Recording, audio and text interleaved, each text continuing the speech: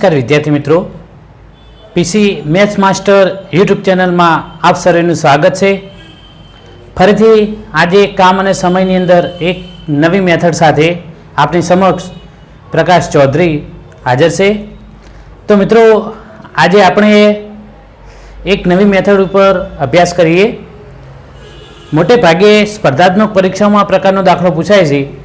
15 પુરુષ અથવા 8 સ્ત્રીઓ એક કામ 90 દિવસમાં પૂરું કરી શકે છે, તો 60 પુરુષ અને 40 સ્ત્રીઓ તે કામ કેટલા સમયમાં પૂરું કરી શકે? મિત્રો એકદમ સરળ જ મેથડ છે। આની ગણતરી માત્ર 5 સેકન્ડમાં જવાબ મળી જાય એટલી જ છે।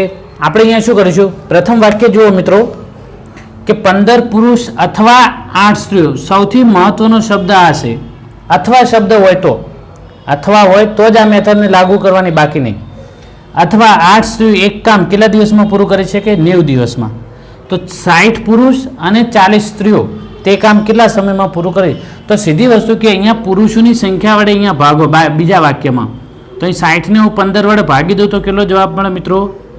4, 15 ચોક 60।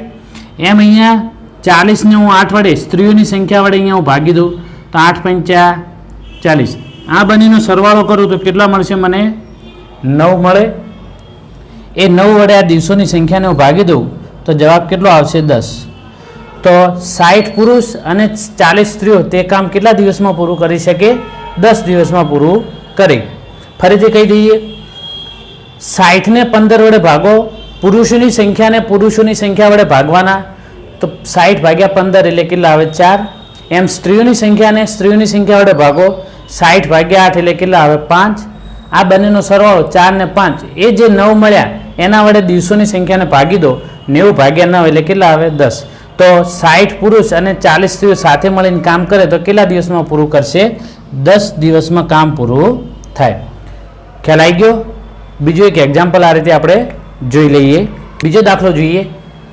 8 છોકરાઓ અથવા 12 છોકરીઓ એક કામ 39 દિવસમાં પૂરું કરી શકે છે, તો 32 છોકરાઓ અને 30 છોકરીઓ આ કામ કેટલા દિવસમાં પૂરું કરે?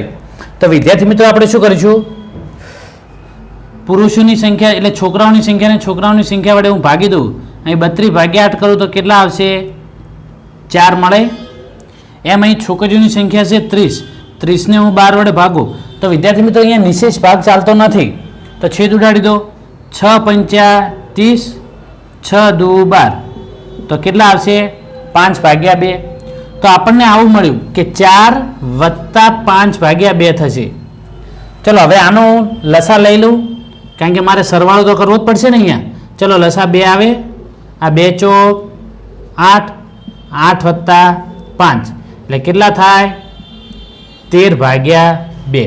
તો મને આ જે સરવાળો, જેમ આપણે અગાઉના દાખલામાં 9 સરવાળો મળ્યો એમ અહીંયા કેટલો મળશે?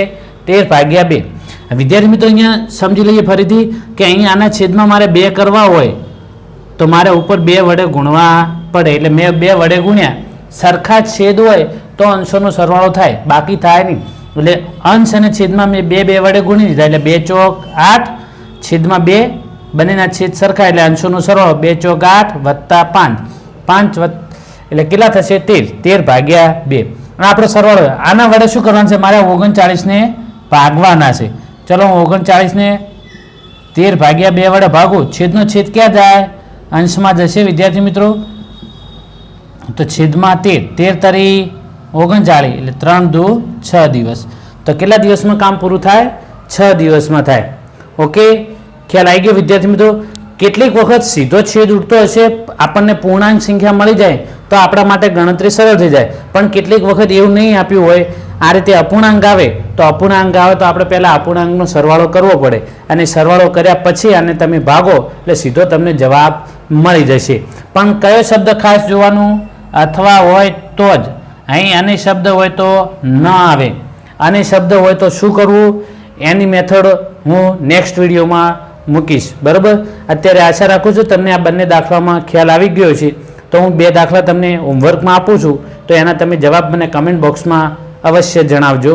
Okay, thank you. જય હિન્દ, જય ભારત।